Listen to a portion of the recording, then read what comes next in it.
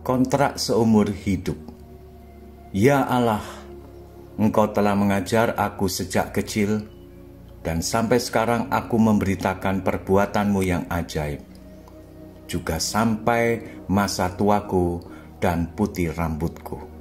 Mazmur 71 ayat 17 dan 18. Pada waktu John Eliot, seorang misionaris abad 17 berusia 80 tahun, ia kedapatan sedang mengajar alfabet kepada seorang anak Indian.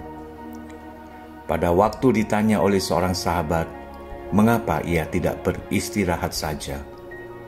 Orang tua yang terhormat itu menjawab, "Sebab saya telah berdoa kepada Tuhan, supaya ia selalu dapat memakai saya sesuai dengan bidang saya.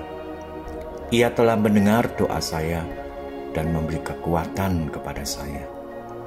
Saya memang tidak dapat berkhotbah lagi, tetapi saya mempunyai cukup tenaga untuk mengajar alfabet kepada anak ini." Itu suatu kesaksian yang sederhana, namun mengandung makna kebenaran yang dalam. Tidak banyak orang Kristen zaman sekarang memiliki prinsip seperti John Eliot. Mereka beranggapan bahwa melayani Tuhan sama seperti pegawai negeri pada masanya akan pensiun lalu bersenang-senang. Apakah di dalam kerajaan Allah dikenal masa pensiun?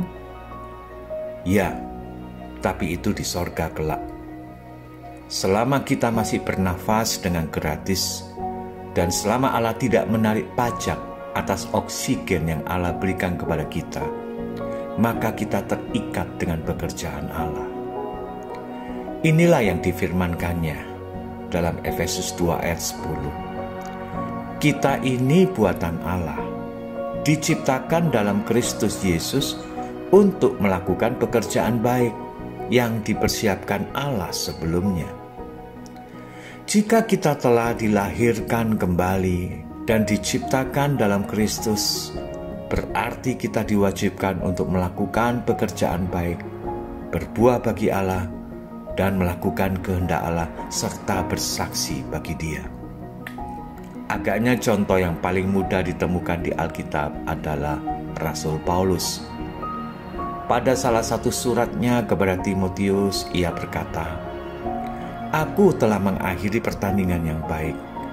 Aku telah mencapai garis akhir dan aku telah memelihara iman." 2 Timotius 4 ayat 7. Demikian pula suratnya kepada Filemon.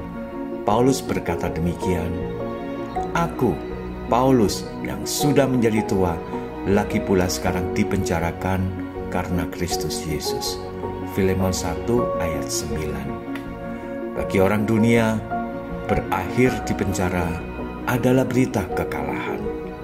Tetapi bagi kerajaan Allah, berakhir di penjara karena Kristus Yesus adalah berita kemenangan. Pikirkan sejenak akhir hidup Rasul ini. Tidak cukupkah pelayanannya kepada Tuhan selama ini hingga ia harus bersusah payah sampai tua untuk memberitakan Injil? Mungkin seluruh pengabdian kita memberitakan Injil belum 1/4 atau bahkan 1%-nya saja dari pengabdian Rasul Paulus. Kita yakin, di samping tanggung jawabnya sebagai seorang rasul, kegigihannya memberitakan Injil juga dilandasi oleh hatinya yang tidak tahan untuk tidak memberitakan perbuatan Allah yang ajaib. Kiranya renungan ini memberkati kita semua. Amin.